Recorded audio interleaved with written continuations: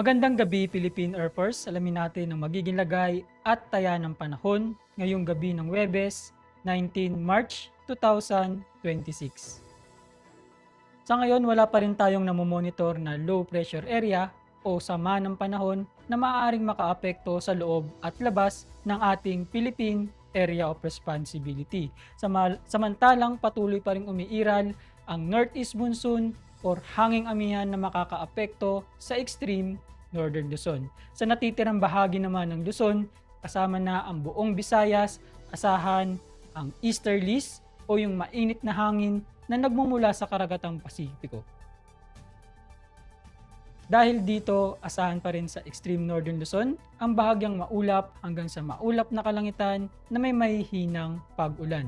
Sa natitirang bahagi naman ng Luzon, kasama na dyan ang Metro Manila, buong Visayas, pati na rin sa buong Mindanao, asahan ang mainit na panahon, bahagyang maulap hanggang sa maulap na kalangitan na may mga tsansa ng pulupulong pag-ulan, pagkidlat o pagkulog na madalas sa hapon o gabi. Para sa magiging lagay at taya ng panahon sa loob ng 3 araw simula Sabado hanggang Lunes dito sa Metro Manila, Cavite, Lipa City, Angeles, Puerto Princesa, Kalayaan Island, Mactan, Zamboanga at maging sa Davao asahan ng bahagyang maulap hanggang sa maulap na kalangitan na may mga pulupulong pag-ulan, pagkidlat o pagkulog. Lulubog ang araw mamayang 18:07 at sisikat bukas ng umaga ng 06:01.